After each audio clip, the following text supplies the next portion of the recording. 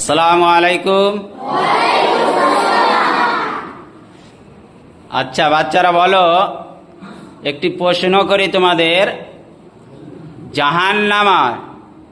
জাহান্নামার কিছু সংখ্যক মানুষ,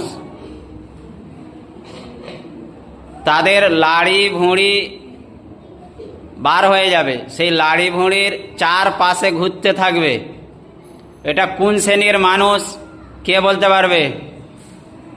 জাহান্নামার কিছু জাহান্নামী মানুষ তার লাড়ি ভুঁড়ির চারপাশে ঘুরতে থাকবে, ওটা কোন শ্রেণীর মানুষ?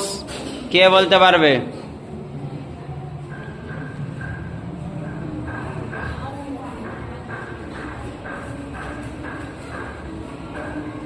আবিদ বলো।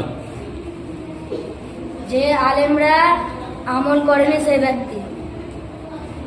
হ্যাঁ, আলহামদুলিল্লাহ।